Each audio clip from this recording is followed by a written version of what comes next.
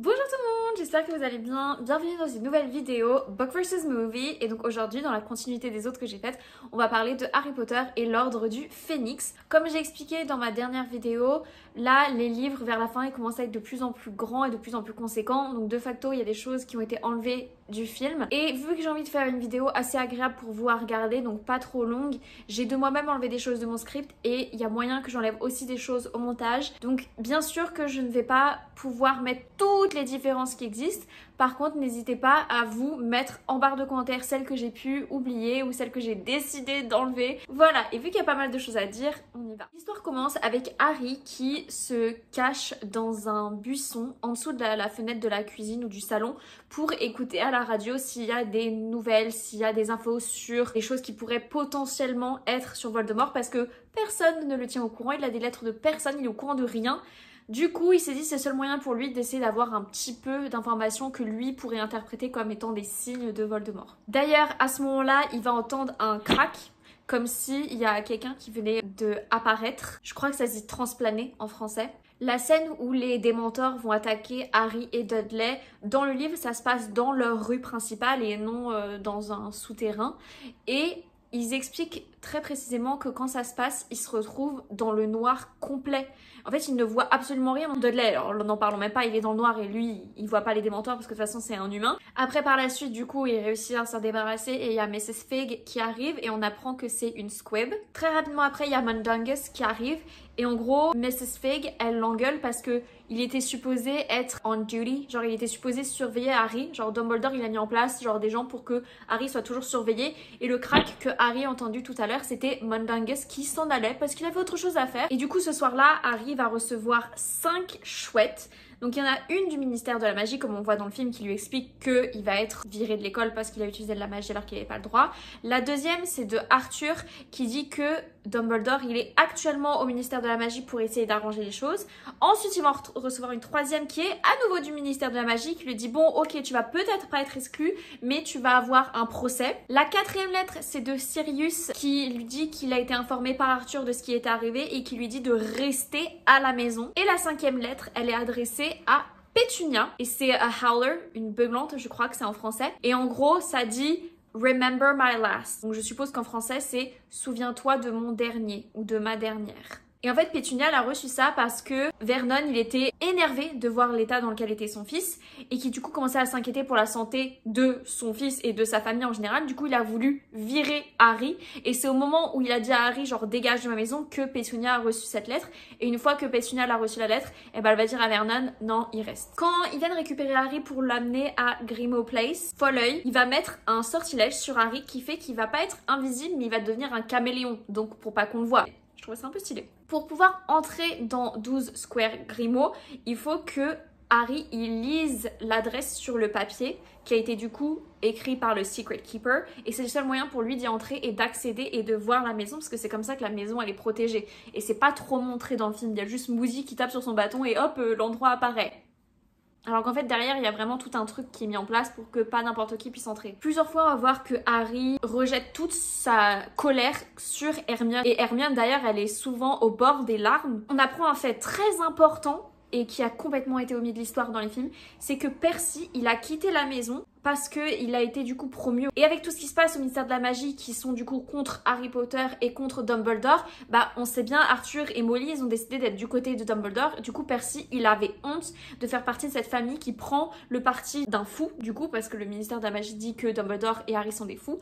Donc lui il est parti de chez lui, il s'est pris un appartement à Londres et il ne veut plus du tout entendre parler de sa famille. Il a dit que c'était des imbéciles. Sa mère a essayé de venir le voir pour son anniversaire, il a refusé de la voir. Genre c'est horrible, c'est trop triste. Dans le 12 Square Grimmauld, il y a un tableau qui crie à chaque fois qu'on passe à côté d'elle et qu'on fait du bruit. Et ce tableau du coup c'est une représentation de la mère de Sirius qui du coup déteste les moldus ou déteste les sangs de bourbe ou même les comment on dit en français half-blood. Bref, et vu que dans la maison maintenant il y a que soit des sangs de bourbe soit des half-blood, bon même les Weasley elle les aime pas trop parce que c'est des traîtres, du coup elle insulte tout le monde mais genre insulter fort. Vu que la maison elle était abandonnée pendant très longtemps, elle est très sale et en plus il y a plein de créatures genre des Boggarts, des Gowls, des Doxies. Donc en fait ils vont passer la plupart de leur temps à nettoyer et désinfecter la maison. On va apprendre dès ce livre-là que Regulus, c'était du coup le frère de Sirius et qu'il est mort parce qu'il n'a pas écouté les ordres qui lui avaient été donnés vu que c'était un mange-mort. Il y a en effet la scène où Harry il va être en train de regarder ce fameux mur avec du coup l'arbre généalogique des Black et du coup on va avoir un peu plus de détails sur le fait que Tonks c'est sa cousine à Sirius puisque sa mère c'était Andromeda et que Andromeda c'était du coup la sœur de Narcissa et Bellatrix.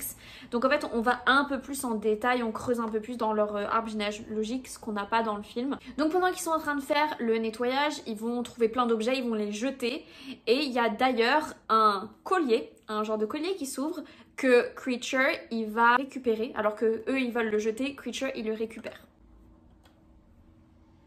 Foreshadowing encore une fois, genre vraiment quand j'ai lu ça j'ai fait genre mais genre tout aurait été si simple. Bref, ça ce sera pour la suite dans une prochaine vidéo du coup.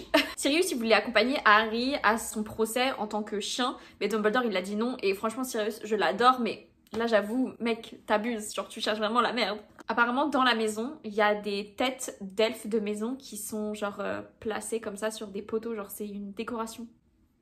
Assez spécial quand même. Quand Arthur accompagne du coup Harry au ministère de la magie, ils arrivent du coup vachement plus tôt et il y a une scène où Arthur il va à son bureau et donc on a un visu sur ce qu'est son bureau, si on peut appeler ça un bureau parce qu'en effet il est dans un genre de placard à balai en fait, c'est tout minuscule et t'as le bureau en plein milieu donc t'as lui qui est d'un côté et son collègue qui est de l'autre. C'est vraiment triste de voir comment il est traité lui. On voit dans le film mais on n'y porte peut-être pas beaucoup d'attention mais Percy est présent pendant le procès de Harry et lorsqu'il part, lorsque le procès est terminé, il va passer devant son père, il va passer devant Harry, il va complètement les ignorer genre.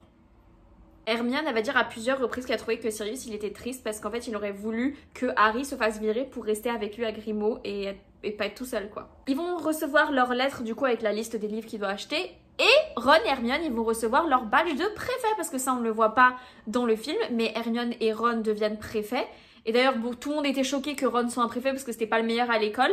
Et d'ailleurs, les jumeaux vont faire que l'embêter en mode « Oh, t'es un préfet, gna gna gna, t'es comme Percy ». Et Madame Weasley, elle est tellement fière qu'elle lui dit « Vas-y, je peux t'acheter ce que tu veux, je suis trop fière de toi ». Et ils vont même faire une soirée d'ailleurs pour célébrer ça. Et du coup, Ron, il va demander à sa mère un balai vu qu'elle a dit qu'elle lui achèterait n'importe quoi. Et on voit quand même que Harry, il est jaloux, il a beau dire non, non, je m'en fiche, clairement, il comprend pas pourquoi c'est Ron et il trouve que ça aurait dû être lui. Mais au final, il se dit bon, faut quand même que je sois gentil, c'est mon ami, je suis quand même content pour lui, quoi. Donc, je vous ai dit un peu plus tôt que la maison a été infestée de créatures et donc il y avait un boggart, je sais pas comment c'est en français. Molly, du coup, elle va aller s'en occuper vers la fin de la soirée et là, on l'entend crier, du coup, pour voir ce qui s'est passé. On voit genre le corps de Arthur Weasley mort par terre, avec du sang partout. Le corps se transforme en Bill, puis le corps se transforme en Ron, le corps se transforme en Fred, en George, Charlie et Ginny, on n'en voit pas la couleur, mais bon bref. En gros, vous l'avez compris, le boggart, il s'est transformé en ce qui se faisait le plus peur à Molly. Et du coup, elle a été complètement déstabilisée. Mais il y a Lupin, il y a Sirius qui sont du coup venus l'aider pour se débarrasser du boggart. Maintenant que Ron et Hermione sont des préfets, ils ont pas mal de choses à faire en tant que préfets. Donc quand ils sont dans le train, ils doivent aller vérifier les compartiments, vérifier que tout le monde va bien. Quand ils vont arriver à Poudlard, ils vont devoir emmener les premières années jusqu'à les common rooms. Et du coup, vu que Ron et Hermione, quand ils sont dans le train, eux, ils doivent aller faire leur boulot. Harry va se retrouver avec Ginny et Neville dans le compartiment et c'est là aussi qu'on va rencontrer du coup Luna. Et du coup, c'est Ginny qui l'appelle Loony. Et à chaque fois que Luna elle parle, t'as Ginny qui va se moquer d'elle et qui va rigoler. Et franchement, ça va être un truc qui va m'énerver au plus haut point pendant tout ce livre. C'est vraiment le comportement de tous, mais vraiment tous, envers Luna. Ok, Luna c'est mon personnage préféré. Ok, je trouve vraiment que leur comportement, et vous allez le voir au fur et à mesure parce que je vais sortir plein de petits points, ils sont vraiment pas cool. Et c'est pas pour rien que du coup dans le film, ils ont changé totalement cette storyline. Harry, il est super gentil avec Luna dans le film, alors que dans ce livre, il est vraiment affreux avec elle, vous allez voir. Et je pense qu'eux-mêmes, ils se sont rendus compte que vas-y, ils pouvaient pas montrer ça à l'écran parce que ça nous ferait forcément les détester tous. Tu vois, genre Hermione, Ginny, Harry, ils sont tous méchants avec elle. Ron à la limite, et encore. C'était pas acceptable de voir ça, genre franchement, Bichette, elle méritait pas cette harcèlement, sincèrement harcèlement. En plus elle est trop mignonne parce que Ron il va faire une blague, elle va rire super fort, bon certes extrêmement fort donc ça paraît un peu abusé mais c'est comme ça qu'elle est et tout le monde va la regarder en mode genre elle est folle. Et du coup Harry il va voir qu'elle est en train de lire le Quibbler, il va me dire est-ce que je peux le lire et Hermione elle va dire non ça sert à rien de regarder, il y a que des trucs débiles et fous et c'est pas la vérité là-dedans. Et du coup Luna elle va se vexer parce que c'est son père qui écrit le Quibbler. Et je crois que c'est vraiment pour ça que j'ai de plus en plus de mal avec Hermione, c'est parce que pour moi Hermione c'est l'inverse total de Luna qui est du coup beaucoup plus créative, tout est possible. Alors que Hermione est trop cartésienne et vu que moi j'adore Luna, de facto quelqu'un comme Hermione j'ai du mal, tu vois. Et encore plus quand elle se moque de Luna. Bon, bref, passons. On apprend que Draco, il est également devenu un préfet avec Pansy Parkinson. Et au niveau des Poufsouffles, c'est Anna Abbott et Ernie Macmillan. Et pour les Serres d'Aigle, il y a Padma Patel. Parce que comme je vous ai dit dans la dernière vidéo, Padma, elle est chez les Serres d'Aigle et pas chez les Gryffondors. On a à nouveau une nouvelle chanson du chapeau qui, cette fois-ci, en profite pour expliquer, pour dire aux élèves que maintenant, plus que jamais, il faut qu'ils restent soudés. Et du coup, Nearly Headless Nick, il va dire que ça, quand il fait ce genre de choses de chapeau, ça veut dire qu'il y a des choses graves qui vont arriver. Harry va encore une fois engueuler Ron et Hermione parce que les deux se chamaillent. Bon, jusqu'ici, rien de nouveau. Sauf que Harry, vu qu'avec toute la colère qu'il a en lui, il va s'énerver contre eux. Et Hermione, du coup, elle va lui dire, bon, là, ça suffit. Arrête de nous prendre pour tes punching balls. Arrête de déverser toute ta haine contre nous. Genre, nous, on n'a rien fait. En cours de Care of Magical Creatures, du coup, c'est Professor Grubbly Plink, comme ils l'ont dit dans le film, qui remplace Hagrid. Et elle va leur faire apprendre les Bowtruckles. Donc, pareil, c'est pas que dans Fantastic Beasts, c'était aussi dans Harry Potter. Harry, il va rater les tryouts, je sais pas comment dire en français, de Quidditch, parce qu'en gros il était en train de faire sa punition avec Umbridge. Du coup il regardait par la fenêtre en train de voir que Ron il était en train d'essayer de devenir, je sais pas comment on dit, un Gaul. Oui, bah ça se dit comme ça, un Gaul, non? La personne qui garde le goal, je crois que ça se dit un goal. Bref, il a voulu intégrer l'équipe et du coup il devait passer un test. Franchement j'ai trop du mal avec les traductions en français là. Bref, et Harry il aurait bien voulu être présent pour encourager Ron, mais il avait sa punition. Et contrairement à dans les films, dans le livre, Umbridge, elle regarde la main de Harry, genre elle est consciente et elle montre qu'elle sait très bien ce qu'elle est en train de faire. On apprend du coup que Ron, il s'était entraîné tous les soirs avec son nouveau balai pour devenir Keeper. Et Angelina, elle a dit à Harry, il est pas trop mal, mais clairement, il a besoin que tu t'entraînes avec lui, quoi. Du coup, elle a dit qu'elle a pris Ron parce que Charlie, dans le passé, il a été un des meilleurs. Fred et George, c'est les meilleurs beaters aussi. Du coup, elle s'est dit, bon ça doit être dans ses gènes, donc on va le prendre. Hermione, elle va décider de coudre des chapeaux et des chaussettes pour les elfes de maison, pour les libérer. Elle va les poser à des endroits random, parce qu'elle sait que c'est leur boulot de nettoyer. Et elle va voir qu'ils font que disparaître, donc elle va continuer à en faire, genre elle est trop contente, elle se dit yes, je suis en train de libérer des elfes de maison. Donc on le voit dans le film, tout le monde est un peu contre Harry, tout le monde pense que c'est un fou. Et Luna, elle va dire devant tout le monde, sans aucune gêne, elle croit Harry. Ernie Macmillan, du coup, le Poufsouffle, il va dire la même chose. Ils sont trop mignons à lui montrer du soutien. Et Harry va dire que du coup, il est content d'avoir du soutien. Et Hermione, elle va lui dire, tu mérites mieux que le soutien de Luna. Je vous jure qu'elle a dit ça, parce qu'en gros elle va dire ouais Luna elle croit tout ce qui est pas vrai, elle croit tout ce qui est infondé, elle croit en tout, tu vois. Et ouais, et tant mieux qu'elle croit en tout, genre c'est bien d'avoir quelqu'un avec un esprit aussi ouvert, mais genre de dire que Harry mérite mieux que son soutien, genre... Je vous jure que là c'est dur de la défendre, c'est très dur. Comme d'hab, Hermione elle arrête pas de dire aux garçons de faire leurs devoirs au lieu de s'entraîner à faire du Quidditch. Sauf qu'ils le font au dernier moment et ils galèrent tellement que Hermione finit par les aider. Franchement, pour ça, c'est vraiment une très bonne amie. Hein. Percy, il va envoyer une lettre à Ron pour le féliciter d'être devenu préfet, parce qu'il aura appris qu'il était devenu préfet. Et il va lui dire, s'il te plaît, ne fais pas comme Fred et George, concentre-toi sur tes études et s'il te plaît, éloigne-toi de Harry, ça va ternir à ton image. Vraiment, là, t'es préfet, tu dois être fier, faut que tu continues dans cette lancée. Percy, pour qui tu te prends? Mais en vrai, ça partait d'une bonne intention, genre il était fier de son frère et il aurait voulu qu'il fasse comme lui parce qu'il pense que ce qu'il fait c'est bien. Le fameux soir où Sirius il va apparaître dans les femmes pour parler avec le trio, on va apprendre qu'en fait il sera apparu genre quelques secondes pendant toutes les heures cette soirée-là pour vérifier quand est-ce que la place était libre. Donc en gros, toutes les heures, il va faire hop, non, il y a du monde, hop, non, il y a du monde, jusqu'à qu'il n'y ait plus personne. Il se dit ok, c'est bon, allez, on peut parler les gars. Il va du coup leur dire qu'il veut venir les voir, enfin venir voir Harry surtout, à Hogsmeade. Sauf que Hermione, elle lui dit mais enfin t'es fou, genre tout le monde est à ta recherche, tu vas pas prendre le risque de venir nous voir à Hogsmeade. Et du coup Sirius il se vexe de ouf et il dit que si Harry il était vraiment comme son père, il l'aurait accepté parce que James le danger, il aimait ça. Franchement Harry c'est pas une mauvaise chose de pas ressembler à ton père. Bref, Sirius il part et il est fâché. Comme dans les films du coup, Umbridge elle passe dans chaque classe pour évaluer le niveau de chaque prof et on va voir du coup dans les classes de Care Magical Creatures qu'elle aime beaucoup Professor Grubbly Plink, déjà parce qu'elle déteste Hagrid, donc forcément tout ce qui n'est pas Hagrid elle va bien aimer, mais surtout parce que Professor Grubbly Plink en fait elle suit ce qui doit être appris et en plus elle étudie des créatures qui ne sont pas dangereuses ou qui ne font pas peur en tout cas. Hermione elle va parler de Victor Krum à quelques reprises et à chaque fois c'est trop mignon parce que Ron il est vraiment en mode genre jaloux. Cute. Donc ils vont en effet à Hogshead pour faire leur rendez-vous de défense Dumbledore's Army. quand ils vont entrer dans Hogshead, ils vont dire que le gérant, il ressemble énormément à Dumbledore, qu'en gros, ils ont un sentiment de déjà le connaître. Et ça, encore une fois, on l'a pas du tout exploré dans le film, mais c'était un foreshadowing de Albert Ford, en fait. Donc, à cette réunion, il y a en effet Cho, sauf qu'elle est là avec une amie, et on voit que l'amie de Cho, elle a pas du tout envie d'être là. Cho l'a sûrement forcé à venir avec elle parce qu'elle voulait pas être seule. Donc, il y a en effet Luna et Hermione vont encore une fois se disputer, et Luna va lui dire un truc que je suis totalement d'accord. Elle va lui dire, genre c'est pas parce que toi t'es fermé d'esprit que ça veut dire que les choses n'existent pas. Franchement, elle a tout dit. Genre je suis totalement d'accord. J'ai rien d'autre à dire en fait. Luna, tu as géré. Ginny est là en effet et elle est là avec Michael Corner qui, on apprend, est son petit copain. Et c'est trop drôle parce que du coup on voit Ron qui est en mode genre grand frère, un peu genre protecteur, genre c'est trop drôle. Donc ils vont en effet, comme on le voit dans le film, tous signer leur nom sur un bout de papier, mais cette information va être importante pour plus tard. Un moment, Harry va vouloir aller parler à Hermione, du coup quand ils sont dans la common room de Gryffindor, donc il va vouloir aller dans les dormoirs des filles. Sauf qu'en fait, en montant les escaliers pour aller vers les dormoirs des filles, l'escalier devient lisse et du coup devient un toboggan. Et en fait, il se rend compte que les mecs n'ont pas le droit d'aller dans les dormoirs des filles. Par contre, Hermione, elle est déjà allée à multiples reprises dans les dormoirs des garçons.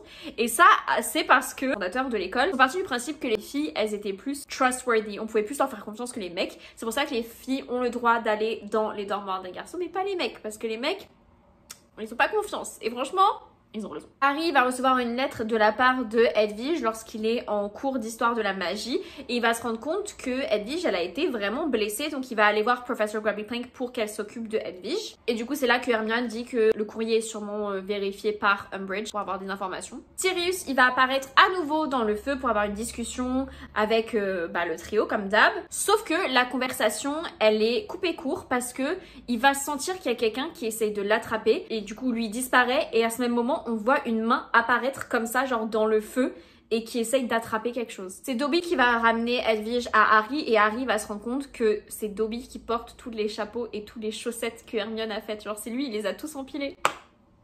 C'est d'ailleurs Dobby qui parle à Harry de The Room of Requirements. Je sais pas comment c'est en français, tant pis pour vous. On le voit dans le film, Harry, il leur apprend Expelliarmus en premier.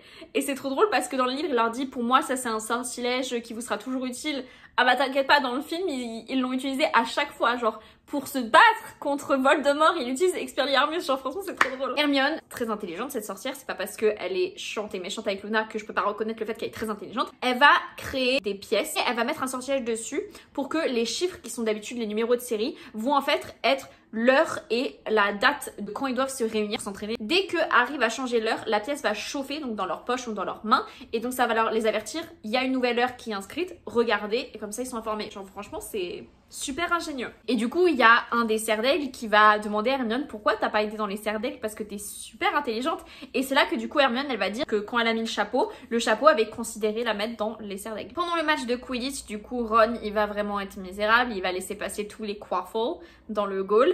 Et du coup, les Serpentards, ils vont se mettre à chanter une chanson en mode genre Weasley is our king, he always lets the Quaffle in. En mode genre Ron, c'est notre roi et il laisse toujours passer les Gaules. Sauf que, surprise, surprise, Harry, il va attraper le Vif d'Or et du coup, ils vont quand même gagner. Genre vraiment... Et du coup Malfoy il aura certes perdu, les Serpentards auront perdu, mais il s'est dit bah il me reste quoi à faire, bah il me reste juste à les insulter. Du coup il va insulter Harry, il va insulter les Weasley. C'est George qui va se mettre à attaquer, genre frapper Malfoy parce que Fred il est retenu par les filles, par les membres de l'équipe. Et donc ils sont envoyés dans le bureau de McGonagall, sauf que Umbridge elle arrive et elle dit que maintenant grâce à son nouveau rôle c'est elle qui a le pouvoir suprême de décider qu'est-ce qui va se passer. Parce que McGonagall elle allait juste leur mettre des punitions et leur mettre des heures de colle, sauf qu'Umbridge elle a dit non, je veux qu'ils ne jouent plus jamais de leur vie. Genre de leur vie. Du coup, elle va confisquer les balais des trois, de Fred, George et Harry, et ils sont interdits de jouer au Quidditch jusqu'à la fin de leur vie. Et du coup, d'ailleurs, c'est Ginny qui va remplacer Harry dans l'équipe en tant que Seeker. Et Ron, il veut désespérément se faire virer de l'équipe, mais Angelina, elle le garde quand même. Ils ont choisi... je sais plus qui pour remplacer Fred et George et ils sont vraiment nuls. Genre vraiment l'équipe ça devient une vraie blague quoi. Une fois que Hagrid est revenu, Hermione elle implore Hagrid de faire des choses ennuyantes et pas dangereuses pendant les cours de Care Magical Creatures parce qu'elle lui dit genre Umbridge elle va être derrière ton dos, elle va chercher n'importe quelle excuse pour te virer donc s'il te plaît fais des choses ennuyantes. Parce que Hagrid il en a rien à foutre.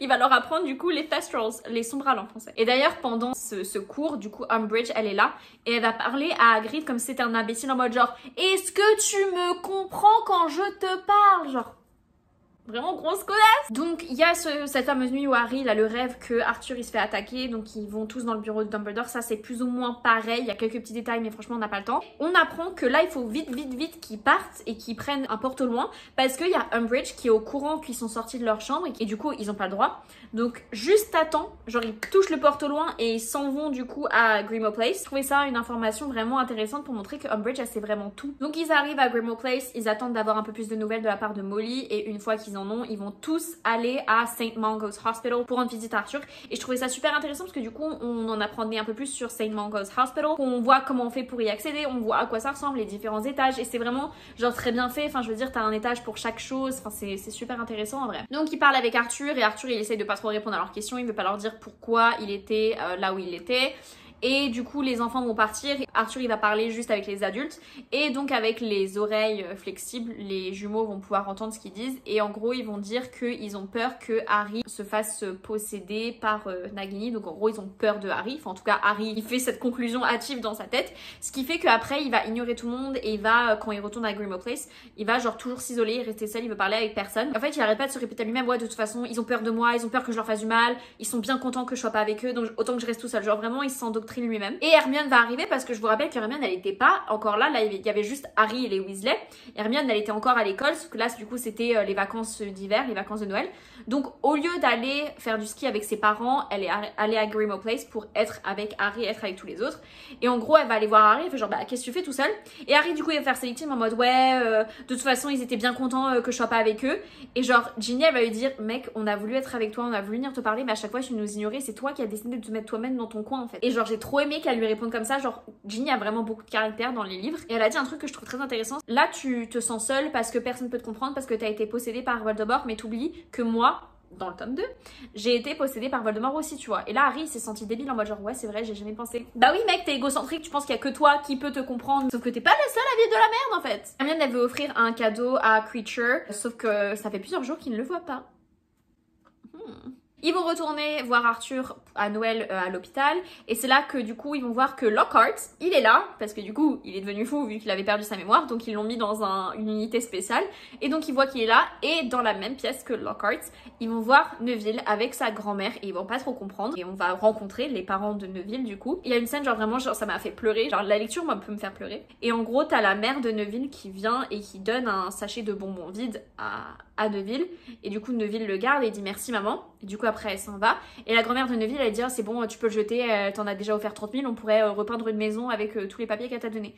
Et Neville il le garde, il le met dans sa poche, tu vois, genre je trouve c'est trop mignon parce qu'en fait genre ok sa mère se souvient pas de lui et ok ce qu'elle fait genre ça paraît fou mais pour lui genre c'est plein de petites attentions, genre rien que là d'en parler ça m'émeut, genre ça me fait trop de peine pour Neville en vrai, genre on parle pas assez de lui et sa vie elle est quand même pas cool, tu vois, genre c'est vraiment Harry alors que Bichette lui genre oh, ça me fait de la peine. Mais du coup, Neville, vu que jusqu'ici personne n'était au courant de ça, il est super gêné quand il voit Ron, Hermione, Ginny et tout. Parce que bah eux n'étaient pas au courant, Harry il était au courant donc il était en mode genre oh le pauvre il voulait pas forcément que ça se sache. Donc en fait Neville il part sans vraiment donner d'explication. Ce que j'ai trouvé drôle c'est que pour retourner du coup à l'école après les vacances de Noël, ils vont y retourner avec le night bus et il y a Tonks et Lupin qui les accompagnent. Harry va mettre un point d'honneur à faire remarquer que Neville c'est celui qui s'est amélioré le plus grâce au rendez-vous de Dumbledore's Army. Pour la Saint-Valentin, Harry il avait décidé avec Cho qu'ils allaient du coup se retrouver et donc ils vont se retrouver à Hogsmeade et ils vont aller à Madame Puddifoot's Tea Shop, un petit salon de thé quoi. Harry il est trop gêné parce que tout le monde autour d'eux dans le salon de thé sont en train de s'embrasser et tout et du coup il est genre en mode est-ce que c'est ça qu'il faut que je fasse, qu'il sait pas forcément quoi faire avec les filles. Puis Harry il est quand même très maladroit et du coup il y a beaucoup de blancs pendant leur conversation et à un moment donné Cho elle va vouloir parler de Cédric. Et à chaque fois qu'elle parle de Cédric, elle se met à pleurer, bah tu m'étonnes. Du coup, Harry, il est genre pas très empathique et il est pas très délicat d'ailleurs par rapport à ça. Il lui dit que tu veux m'accompagner parce qu'il faut que j'aille rejoindre Hermione. J'avais prévu de la rejoindre. Et Cho elle est en mode genre ah ouais t'as un autre rendez-vous, t'as pas le temps pour moi et tout. Il a dit non mais tu peux venir avec moi et Cho elle a dit non mais c'est bon on va retrouver Hermione et elle se casse. Et du coup Harry il comprend pas trop ce qui s'est passé, du coup bah il va rejoindre Hermione, il la retrouve du coup au Three Broomsticks. Et du coup quand il retrouve Hermione, elle est avec improbable Luna Lovegood et Rita Skeeter, genre les deux personnes que Hermione déteste le plus au monde. En fait Hermione elle avait une idée, c'était qu'elle voulait forcer Rita Skeeter à écrire un article sur Harry où en gros elle interviewe Harry pour qu'il raconte son histoire, tout ce qui s'est passé genre l'année dernière avec Voldemort, et elle veut du coup que cette interview soit publiée dans le Quibbler, parce qu'elles savent très bien que le Daily Prophet il voudra pas, et elle se dit au moins, même si pas tout le monde lit le Quibbler, au moins ça pourra donner l'information et les gens seront d'une certaine manière au courant. Et du coup Luna elle est évidemment trop contente, elle dit que son père il va être super content, qu'il n'y a aucun problème, il sera d'accord, vraiment des amours tous les deux. Rita Skeeter au début elle voulait pas le faire, mais je vous rappelle par rapport à la dernière vidéo que Hermione elle connaît son secret et que du coup elle lui fait du chantage. Et au final ça marche super bien son plan à Hermione parce que les gens vont être de plus en plus au courant de ce qui s'est passé, de plus en plus de gens vont commencer à lire le Quibbler. Et d'ailleurs, Umbridge, elle va mettre une loi en place qui interdit les gens de lire le Quibbler et que si elle trouve un Quibbler chez quelqu'un, genre, elle est mise en punition. Sauf que son plan, ça sert à rien parce que le fait d'interdire quelque chose, ça donne encore plus aux gens envie de le faire. Donc, pratiquement toute l'école avait lu le Quibbler et l'interview de Harry et du coup, il y a beaucoup qui se sont ralliés à Harry. Luna, elle va dire que son père, il est super content parce que c'est la première fois qu'il vend autant d'éditions du Quibbler. Hermione, elle va demander à Harry comment ça s'est passé son date avec Cho et du coup Harry va expliquer ce qui s'est passé et qu'il a pas trop compris et du coup Hermione elle va un peu lui donner le point de vue d'une fille un peu en mode genre mec t'es débile va t'excuser. Et est-ce que Harry va s'excuser? Non. Au final c'est Cho qui va venir voir Harry et qui va s'excuser d'avoir surréagi, elle va lui faire un bisou sur la joue. Les Gryffondors, ils vont jouer ceux qui vont perdre malgré le fait que Ginny a attrapé le snitch. Pendant qu'ils étaient en train de faire une séance de Occlumency, du coup, Harry et Snape, ils vont entendre une femme crier, donc c'est Trelawney. Et donc là, il y a la fameuse scène où elle se fait virer par Umbridge, mais Dumbledore vient et dit non, elle reste et tout. On n'est pas mis ça dans le film, mais il n'y a pas que McGonagall qui vient aider Trelawney, il y a aussi Sprouts et Flitwick. Et du coup, je trouvais ça cool parce que ça montrait vraiment une unité au sein des professeurs, genre ils s'aiment vraiment, ils se soutiennent tous. Au même moment, Dumbledore, il va introduire le nouveau professeur de divination parce que Umbridge, elle allait dire « Ok, bah elle s'en va, mais du coup, ça a moins d'instaurer un nouveau professeur de divination. » Et Dumbledore, il dit « Non, non, non, j'ai trouvé quelqu'un !» Et du coup, là, il y a Firenze qui arrive. Vous savez de qui je parle si vous avez vu ma première vidéo, mais en gros, Firenze, c'est un centaure. Et Firenze, il explique dans son premier cours qu'il a été viré de la forêt, qu'il a plus le droit d'y retourner parce que ses confrères, du coup ses confrères centaures, l'ont banni, qu'à partir du moment où il a accepté d'aider Dumbledore, donc un humain, et bah du coup il a plus le droit de retourner dans la forêt. C'est pourquoi sa salle de cours, elle a été transformée en forêt, genre le sol c'est de l'herbe, il y a des arbres et tout, genre vraiment ça a été transformé pour ressembler à de la forêt, genre trop stylé. J'aurais trop voulu voir ça à l'écran d'ailleurs. Bref, Lavender Brown et Parvati Patil, le duo vraiment dont on parle tout le temps, elles adorent, comme vous savez, la divination et du coup elles vont aller checker sur Trelawney pour voir qu'elle va bien. Genre trop chou. Ils sont en train de s'entraîner du coup dans la Room of Requirements, la salle sur demande, c'était ça, la salle sur demande. Du coup ils sont en train de faire leur Dumbledore's Army Meeting. Et là il y a Dobby qui arrive en mode genre et du coup Harry en mode qu'est-ce qu'il y a, qu'est-ce qui se passe? Et là il dit elle est au courant. Et donc là Harry fait vous avez entendu?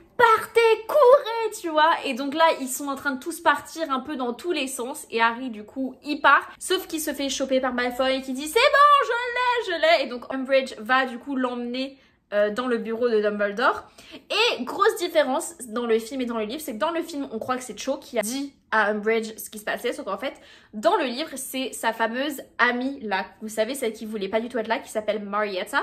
Et c'est elle qui allait voir Umbridge pour lui dire ce qui s'est passé. Et dans le livre, Hermione, du coup, ce fameux papier qu'ils avaient signé, vous savez, pour marquer leur nom, pour dire qu'ils appartenaient au groupe, Hermione, elle avait mis un autre sortilège sur le papier et s'il y avait un d'entre eux qui trahissait les autres, il se retrouvait avec le mot snitch écrit sur le visage en bouton. Et donc, quand il va arriver dans le bureau de Dumbledore, Harry va voir Marietta qui est comme ça, genre elle veut pas montrer son visage, mais parce que bah du coup, il y a des boutons partout et elle a trop honte. Et du coup, Umbridge, elle veut demander à Marietta de avouer ce qu'elle lui a dit, sauf qu'elle est tellement sous le choc qu'elle n'arrive même pas à en placer une, genre Marietta ne dira pas un seul mot de cette scène. Mais Umbridge, elle dit c'est pas grave, j'ai pas besoin qu'elle confirme. Elle va du coup dire qu'elle avait une amie qui était cachée à Hogshead, qui lui a du coup rapporter les informations. Et c'est pour ça qu'elle était au courant qu'ils allaient fermer un groupe. Et c'est pour ça que du coup, elle a créé la loi qui les interdisait de faire des groupes. Umbridge, elle va à nouveau se tourner vers Marietta pour qu'elle confirme ses dires. Et à ce moment-là, Harry, il va entendre Shacklebolt, qui est derrière, murmurer quelque chose. Et du coup, à ce moment-là, Marietta, elle va dire leur nom. C'est pas vrai. Genre, elle va nier tout ce que Umbridge vient de dire. Et du coup, Umbridge, elle devient violente, genre vraiment, elle est en train de la secouer. Et donc là, il y a Dumbledore qui dit tu vas t'éloigner de cette fille parce que je t'interdis d'agresser mes élèves.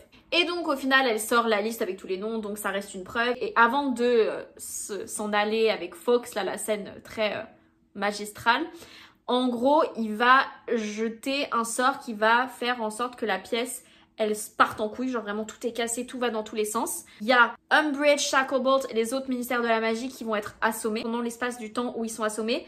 Dumbledore, il va parler à Harry et il va dire qu'il doit absolument continuer d'apprendre l'Occlumency avec Snape, que c'est vraiment primordial qu'il ferme son esprit à Voldemort. Et après, du coup, il s'en va avant que les autres membres qui étaient dans la pièce se réveillent. Donc eux, ils ne sont pas au courant que Dumbledore a eu le temps de parler. Un après-midi, Umbridge, elle va inviter Harry pour boire du thé et elle va faire que insister genre vas-y bois ton thé, bois ton thé, bois ton thé, et Harry va se douter il y a un truc qui va pas et donc il va faire semblant de boire et elle va faire que lui poser des questions sur Dumbledore et sur Sirius et du coup elle va pas avoir les réponses qu'elle veut et de toute façon ils vont être interrompus par feux d'artifice qui du coup ont été jetés par Fred et George, vous le savez. Et en fait suite au fait que Dumbledore est parti, Fred et George ils ont fait encore plus de bêtises et même tout le monde, genre il y a des gens qui ont mis des nifleurs dans le bureau d'Umbridge et en plus les professeurs à chaque fois, ils appelaient Umbridge genre en mode « Oh, il y a un feu d'artifice dans ma salle de classe, il faut que vous veniez nous aider parce que vous savez, on n'est pas assez compétents et on n'a pas la responsabilité de s'en occuper, donc il faut que ce soit vous qui venez vous en occuper. » Du coup, Umbridge, elle allait voir tous les professeurs pour les aider et franchement, c'est trop drôle. Genre à quel point même les professeurs, ils font comme ils peuvent pour se venger. Dans le film, Harry, il va voir les souvenirs de Snape en se défendant lorsqu'il essaye de rentrer dans sa tête, alors que dans le livre, en gros, ils vont être en train de s'entraîner. Malfoy, il va venir voir Snape pour lui dire qu'il a besoin de son aide pour quelque chose. Et donc Harry va se retrouver seul dans le bureau de Snape avec du coup la pancine qui est là parce que c'est vrai que je l'ai pas dit un peu plus tôt. Mais à chaque début de séance de Darklumency, Snape, il va retirer ses pensées et les mettre dans la pancine. Donc Harry, en tant qu'élève très curieux, il se dit bon, je vais aller regarder ce qu'il y a dans la pancine. Et du coup, c'est là qu'il va voir la fameuse scène où le père de Harry, il traumatisait Snape. Et donc, suite à ça, Harry, il est super mal à l'aise. Il n'arrive pas à croire que son père est comme ça parce que lui, pendant des années, il idéalisait son père, il pensait que c'était quelqu'un d'incroyable. Et donc, de voir que son père, il était comme ça, genre, ça l'a un peu mis mal. Et du coup, il voulait absolument parler à Sirius. Donc, Fred et George, ils vont l'aider, ils vont lui dire « Ok, mec, pas de souci. » Vu qu'ils peuvent plus le parler dans le feu parce que le feu est contrôlé par le ministère de la magie, ils peuvent plus envoyer des lettres parce que les lettres sont surveillées par le ministère de la magie. Le seul feu qui n'est pas contrôlé, c'est celui du bureau de Umbridge. Donc Fred et George, ils vont dire t'inquiète, on va mettre en place une distraction qui va du coup la faire sortir de son bureau et toi comme ça t'auras genre 20 minutes pour être dans le feu et pour parler avec Sirius. Hermione, elle, quand elle entend ça, passe la journée entière à dire Harry, ne fais pas ça, ne fais pas ça, ne fais pas ça, tu vas empirer les choses, tu vas te faire choper, genre c'est trop dangereux. Harry, il en a rien à foutre, tu vas le faire quand même. On va parler du coup avec Sirius et Lupin qui est là pour avoir des justifications de pourquoi son père était comme ça. Vraiment, on en est là, genre t'avais besoin de faire autant de prendre autant de risques juste pour que quelqu'un te dise non t'inquiète pas, ton père il était super cool. Bref. En sortant du bureau, il va voir qu'il y a beaucoup de bruit qui se passe, donc il va se diriger vers le bruit. Et du coup, il y a cette fameuse scène où en gros, Fred et George, ils sont au centre de la pièce avec tout le monde qui les regarde. Et Umbridge, elle a dit ça y est, c'en est trop pour moi, j'accepte que Filch vous punisse en vous battant. Et sauf que là, Fred et George, ils disent mais attends, on n'a pas dit qu'on allait se laisser faire. Et donc là, ils vont faire un sort pour que leur balai arrive et ils s'envolent. Et en partant, ils disent à Peeves faire la misère à Umbridge. Et ils disent aux élèves, si vous voulez nous retrouver, sachez qu'on a notre boutique dans Diagon Alley. Pour le dernier match de Quidditch, donc c'était Gryffondor versus les Serres d'Aigle, Luna, elle va porter un chapeau avec une énorme tête d'aigle. Donc comme elle l'avait fait pour soutenir les Gryffondors, parce que là, elle allait soutenir sa maison, logique. En fait, Harry et Hermione ne peuvent pas regarder ce match parce qu'il y a Hagrid qui va venir les choper. Et c'est là que du coup, il va leur présenter Grawp et qu'il va les emmener dans la forêt. Donc Ron n'est pas là parce que Ron est en train de jouer. Et donc en revenant d'avoir vu Grawp, ils vont se faire arrêter par les centaures. Et les centaures vont dire qu'ils veulent plus voir Hagrid dans la forêt, qu'il doit se débarrasser de Grawp parce que c'est leur forêt. Et Hagrid il va dire non non non c'est pas votre forêt en fait. Je sais que vous m'aimez pas et je sais que vous aimez pas Firenze, mais genre vous allez pas m'interdire d'aller dans la forêt. Donc il y a un peu genre une fight entre les centaures et Hagrid. Au final il les laisse partir parce que Harry et Hermione étaient là, du coup ils se sont dit bon on va pas faire d'histoire. Et quand ils retournent du coup au match de Quidditch, ils vont, surprise surprise, apprendre que les Gryffondors ont gagné. Bon, en vrai, je suis contente parce que là, Harry n'était pas là et ils ont gagné parce que Ron a vraiment bien géré. Donc d'un côté, je suis contente et je suis fière de lui. Mais, surprise surprise, c'est quand même eux qui gagnent la fameuse coupe à la fin de l'année, quoi. Ensuite, ils vont du coup passer leur examen. On les voit passer leur examen, donc c'est super intéressant. En gros, le matin, ils vont avoir tout ce qui est théorie et l'après-midi, ils vont avoir tout ce qui est pratique. Et de manière générale, ça se passe bien pour Harry. Genre, il est quand même assez fier de lui. Pendant leur examen de astronomie, donc ils sont dans la tour la plus haute de l'école. Et du coup, ça se fait la nuit parce que pour voir les étoiles, il faut que ce soit la nuit. pratiquement personne n'est concentré sur l'examen parce qu'ils voient que Umbridge est accompagnée de 5 autres personnes et qui vont à la maison de Hagrid et ils vont tenter tant bien que mal d'essayer de l'attaquer pour l'immobiliser, sauf que vu que c'est un moitié géant, les sorts qu'il lui jette ne l'affectent pas. Au final, ils vont réussir à immobiliser Fang, donc son chien. Et il y a McGonagall qui va arriver en mode genre, mais vous prenez pour qui? Vous n'avez pas le droit de vous attaquer à Hagrid. Ils vont tous attaquer McGonagall au même moment, donc elle, ça va complètement la détruire. Elle va d'ailleurs finir à l'hôpital St. Mungo's. Et Hagrid, du coup, suite à ça, il va se dire, bon, bah, je peux rien faire. Il va prendre Fang, qui, du coup, je vous rappelle, est toujours immobilisé. Et il va courir dans la forêt, il va disparaître, il va réussir à s'enfuir. Ce soir-là, tout le monde dans The Gryffindor Common Room, ils vont faire que parler de ce qu'ils viennent de voir. Donc Harry, il va se coucher à 4 h du matin, alors que le lendemain, il a son examen de History of Magic, donc l'histoire de la magie. Et il va s'endormir pendant son examen et c'est là du coup qu'il va avoir le rêve de Sirius qui est en train de se faire attaquer par Voldemort. Comme dans le film, Hermione, elle va dire à Harry genre t'es sûr que c'est vrai parce que t'as quand même ce hero complex. Genre j'ai adoré quand elle a dit ça. Donc ils mettent en place le fameux plan où il va aller parler dans le feu de Umbridge pour aller parler à Sirius, sauf que dans le film c'est coupé court, alors qu'en fait dans le livre il va réussir à parler à Creature qui est à Grimmauld Place et Creature il va lui dire Sirius n'est pas là et il ne reviendra jamais. Harry évidemment quand il entend ça pour lui genre ça veut dire que c'est sûr il faut qu'il aille le voir. Donc en effet il y a la scène où Umbridge a capturé tout le monde et en gros elle veut essayer de soutirer des informations. Elle a appelé Snape pour qu'elle lui donne de Veritaserum Serum sauf qu'il n'avait plus de Veritaserum Serum. Elle a voulu faire le Cruciatus Curse sur Harry, tout ça c'est la même chose. Hermione va du coup encore une fois très intelligente vouloir l'emmener dans la forêt sauf que contrairement à dans le film, Umbridge ne va pas du tout voir Grawp, mais pas du tout. En gros, ils seront arrêtés bien avant ça par les centaures parce qu'Hermione va faire exprès de parler fort dans la forêt pour que les centaures sachent qu'il y a des humains qui viennent. Vu que Umbridge, elle déteste tout ce qui est demi-créature, demi-humain, elle va les insulter, donc les centaures vont s'énerver et vont embarquer Umbridge avec eux. Les centaures, ils veulent pas laisser partir Harry et Hermione parce qu'ils ont dit genre vraiment on veut plus voir d'humains ici. Il y a Grawp qui arrive pour essayer de les défendre. Il va réussir un peu à distraire les centaures, donc Hermione et Harry vont partir et qui vont du coup retrouver Ron, Ginny, Neville et Luna. Et encore une fois, ils vont être particulièrement méchants envers Luna, genre c'est quand même Luna qui a l'idée de voler sur des Thestrals et Harry lui dit en mode genre comment ça si tu penses que tu fais partie du groupe tu te fourvoies. Quand il a dit ça j'étais genre mais mec elle est en train d'essayer de t'aider et elle se vexe même pas, genre elle est en mode mais si on va venir, vous nous avez entraînés pendant des mois avec le Dumbledore's Army, c'est pas pour rien tu vois. Donc au final ils acceptent le fait qu'ils viennent. On le voit pas trop dans les films mais je vous rappelle que Ron, Ginny et Hermione ils ne voient pas les Thestrals. D'ailleurs comparé à dans le film, Neville, il les voit. Vu que Ron, Hermione et Ginny, ils arrivent pas à voir les Thestrals, ils savent pas trop comment monter dessus. Et c'est Luna qui va les aider parce qu'elle, on dirait qu'elle fait ça tous les jours, genre franchement elle gère. Donc elle va les aider à se mettre dessus et après elle va retourner sur son Thestral. Et Harry va la voir, genre elle vraiment, elle vit sa meilleure vie en train de voler sur le Thestral. Trop choupi! On vient de l'insulter et elle va quand même les aider, genre. Un petit cœur. La vidéo est déjà très longue donc il va falloir que je la fasse courte mais en gros pour arriver à la fameuse pièce où il y a toutes les sphères de prophétie, ça va pas du tout être si facile que ça, donc ils vont en effet arriver par le ministère de la magie. Ils vont entrer dans une pièce ronde où il y a plusieurs portes. Et en gros, à chaque fois qu'ils ouvrent une porte et qu'ils la referment et qu'ils re-rentrent dans cette pièce ronde, la pièce elle va tourner en rond comme ça ils savent pas à quelle porte ils viennent d'ouvrir tu vois. Sauf que Hermione encore une fois très intelligente, elle va décider de marquer les portes avec une croix comme ça quand la pièce a fini de tourner ils savent laquelle ils ont déjà ouverte. Et donc bref ils vont ouvrir plusieurs portes, ils vont pas réussir à tomber sur la bonne salle tout de suite, d'ailleurs ils vont tomber sur la salle où il y a l'arche avec du coup les voix que Luna et Harry arrivent à entendre. Donc ils vont en effet finir par arriver à la pièce où il y a les prophéties, où il y a les sphères. Tout le monde va dire à Harry ne touche pas la sphère, genre dans le film ils le disent pas mais genre tout le monde est en mode genre le fais pas, le fais pas, le fais pas et il va le faire quand même parce que vraiment le mec n'en a rien à foutre de ce que les autres disent. Donc en effet ils se font attaquer par les mange-morts sauf que la différence dans le livre c'est que Hermione, Harry et Neville ils vont aller d'un côté et Luna, Ginny et Ron ils vont aller de l'autre, genre ils vont se retrouver séparés. Au final Hermione elle va se faire attaquer mais genre brutalement, genre ça se demandait si elle était morte mais au final elle est vivante mais elle va rester inconsciente jusqu'à la fin. Quand ils vont retrouver Luna, Ron et Ginny, Ginny elle va avoir sa cheville qui est cassée, Ron il va faire que rire parce qu'il aura subi un sortilège qui le force à rire. Par contre Luna elle est chill, genre c'est ça qui s'en sort le mieux. Go Queen! Bref, donc il y a vraiment, c'est très long, mais il y a toute une scène où du coup ils essayent de les échapper. Ron il va se faire attaquer par un genre de pieuvre, cerveau, enfin trop chelou. Bref, toujours encore est-il que Luna est celle qui s'en sort le mieux. Bref, donc Harry il va essayer de distraire les mange-morts en les emmenant loin. Donc il va faire genre hey, je suis là, je la prophétie. Donc ils vont tous le suivre pour laisser tranquille les autres. Et c'est là du coup qu'ils se retrouvent dans la fameuse pièce où il y a l'arche et tout.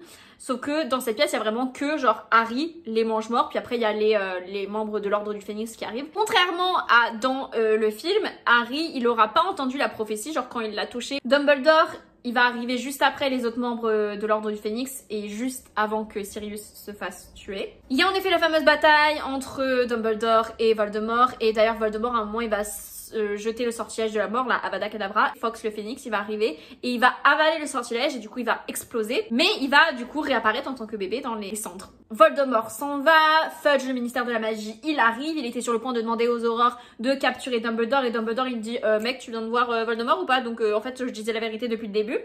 Et il va dire à Fudge, je vais te parler, je vais te raconter tout ce qui s'est passé ce soir. Tu vas pouvoir retrouver les autres membres de l'Ordre du Phénix un peu plus bas avec les mange-morts. Mais par contre, priorité, je veux ramener Harry à Poudlard. Donc il crée un porte-loin. Du coup, Harry se retrouve dans le bureau de Dumbledore. Il attend que Dumbledore arrive. Donc Dumbledore revient avec bébé Fox dans les mains. Et Dumbledore, il va du coup en effet s'excuser du fait que c'est sa faute tout ce qui s'est passé. No shit, dude. Je ne fais que le répéter que pour moi, Dumbledore, c'est le pire de tous. En gros, il lui dit, j'aurais dû te prévenir depuis le début parce que tout ça, je savais que ça allait arriver. Mais je ne te l'ai pas dit, j'ai voulu te protéger parce que je tiens trop à toi. Genre... ferme ta gueule gros connard, oui t'aurais dû dire la vérité depuis le début, genre Sirius ne serait pas mort. Il va aussi lui expliquer que la raison pourquoi il voulait absolument qu'il reste à Private Drive chez son oncle et sa tante, c'est parce que quand sa mère à Harry, elle est morte du coup, il y a eu ce sort qui fait que il était protégé, c'est pour ça qu'il a survécu et que Voldemort n'a pas réussi à le tuer. Et vu que Pétunia, elle a le même sang que sa mère, et bah ce sortilège, il perdure tant qu'il reste avec du coup sa tante, tant qu'il reste dans cette maison, Voldemort ne pourra pas le tuer. Et c'est pour ça que du coup, Dumbledore a envoyé une lettre à Pétunia pour lui dire oublie pas ta promesse, oublie pas ce que t'as décidé de faire, genre il ne peut pas partir. Et c'est pour ça que du coup après la change d'avis qu'elle a dit à Vernon que Harry devait rester. Et ça je trouve ça trop intéressant parce qu'en fait ça montre que malgré le fait que ok, ils sont horribles, enfin Pétunia elle est peut-être horrible avec Harry, mais elle a quand même décidé de le garder, elle a quand même décidé de le protéger. Et donc même s'il y a de la haine, elle aurait pu ne pas le faire. Donc je veux pas les défendre, hein. Je sais qu'ils sont horribles avec Harry, mais faut pas oublier ça quand même. Il va aussi lui expliquer que Sirius, il était à la maison quand il a parlé à Creature, et Sirius, il était en haut en train de s'occuper de Buckbeak, parce qu'il faut savoir que Buckbeak, il se cache dans le grenier. Et en gros, Creature, il avait attaqué Buckbeak. Du coup, Sirius, il était allé s'occuper de Buck. Il avait fait ça exprès pour faire la distraction. Et en gros, il explique que Creature, il a pu désobéir à son maître, parce qu'en fait, il n'y a pas que un seul Black. Il y a aussi Narcissa, et du coup... quand, durant Noël, Sirius, il avait dit à Creature, genre, va-t'en, sors, dégage, tu me saoules, et bah il a pris ça au pied de la lettre et il est parti et il est allé retrouver Narcissa. Et du coup, Narcissa lui a dit, ok, bah on va mettre en place un plan. Et donc, c'est pour ça que Creature, il a menti. J'espère que j'ai été claire. Et donc c'est là que Harry va entendre la prophétie, puisque Dumbledore il va dire que c'est lui qui a entendu la prophétie et que c'est Trelawney qui lui a donné lorsqu'elle est venue passer l'entretien d'embauche. Et en gros il va enlever sa pensée, la mettre dans la pensée, et du coup Harry va voir la scène et Dumbledore va lui expliquer que à ce moment-là, quand il a entendu la prophétie de Trelawney, il y avait quelqu'un, un espion de Voldemort, on ne sait pas encore qui c'est, même si vous et moi... on sait qui c'est. Bref, il y a un espion de Voldemort qui a entendu que le début de la prophétie et qui du coup est allé voir Voldemort pour lui dire. C'est pour ça que du coup Voldemort après il est allé attaquer les parents d'Harry pour tuer Harry. Il ne savait pas que s'il faisait ça, il allait transférer une partie de ses pouvoirs à Harry en fait. Il fallait écouter jusqu'au bout la prophétie, monsieur. Dumbledore il explique qu'en fait la prophétie elle était pas vraiment que sur Harry, elle aurait pu être sur Neville parce que la prophétie dit que c'est un enfant qui sera né fin juillet dont les parents auront déjà réussi à vaincre Voldemort. Sauf que Voldemort, il a décidé de se diriger vers Harry parce que Harry est un half-blood comme lui, là où Neville, ses deux parents étaient sorciers. Mais Voldemort, il a vu Harry comme son égal puisque lui aussi était half-blood, c'est pour ça qu'il s'est dirigé vers les Potter. Suite à toute cette discussion, Dumbledore il va dire à Harry qu'il a décidé de pas le nommer préfet parce qu'il s'est dit ouais je pense que t'as déjà assez de trucs à gérer comme ça. Et ça j'ai pas aimé qu'il dise ça parce que je trouve que ça rabaisse un peu Ron en mode genre ça aurait dû être toi vu que t'as déjà trop de trucs à gérer. J'ai mis Ron, genre je trouve que ça c'est pas cool parce que du coup ça rend le fait que Ron est préfet beaucoup moins légitime. Genre j'ai pas apprécié. Bref, donc tout le monde est de retour à l'hôpital, tout le monde va mieux. Umbridge, elle est aussi à l'hôpital parce que Dumbledore, il sera allé la récupérer dans la forêt. Harry va vouloir aller parler à Nearly Headless Nick parce qu'il se dit, si toi tu es un fantôme, est-ce que ça veut dire que Sirius peut devenir un fantôme? Et en gros, Nick, il va lui dire, c'est pas comme ça que ça marche. Et franchement, je le souhaite à personne d'être un fantôme. Franchement, c'est pas si cool que ça. Dans le train, on va apprendre que Ginny, elle est plus avec Michael puisque Michael est maintenant avec Cho. Et elle va dire, mais c'est pas grave parce que maintenant, moi, c'est Dean qui m'intéresse. Genre, Ron, il a eu genre un ascenseur émotionnel en mode genre, ah, trop bien, c'est bon, elle est célibataire. Ah non, maintenant, elle est intéressée par un de mes potes en plus. Genre, trop drôle. Et pour finir, du coup, ils vont arriver à King's Cross. Il y a Moody, Lupin, Tonks et les Weasley qui sont là pour les accueillir. Et ils vont tous aller voir les Dursley et ils vont dire, écoutez, on est au courant de comment vous traitez Harry. Si on entend ne serait-ce que un commentaire de la part de Harry que vous êtes méchant avec lui, vous allez voir ce que vous allez voir. Genre, il les menace. Et c'est comme ça que l'histoire se termine. Voilà, cette vidéo est terminée. Là, je vois qu'elle fait 1h18. Elle ne fera pas 1h18 au niveau du montage, donc je vais certainement enlever des choses. J'espère que cette vidéo vous a plu. Si c'est le cas, s'il vous plaît, abonnez-vous, mettez un j'aime parce que ça me demande énormément de travail, les vidéos Book vs Movie, que ce soit au niveau, il faut que je les lise en entier, de l'écriture de mon script, la traduction que je fais en live, des fois elle est pas très bonne, mais bon, quand même, soutenez-moi. Et le montage est extrêmement long, donc vraiment, mettez-moi un like si vous voulez pas vous abonner, même si franchement, ça vous coûte rien de vous abonner. Vous pouvez même activer la petite cloche si vous m'aimez vraiment bien. Tous les dimanches, pendant le mois de juin, ce sera que des vidéos fax. Donc n'hésitez pas à activer la petite cloche si vous voulez pas les rater pour potentiellement voir une de vos séries préférées passer sous mon radar. Allez voilà, c'est bon, j'ai terminé. À la semaine prochaine. Bye!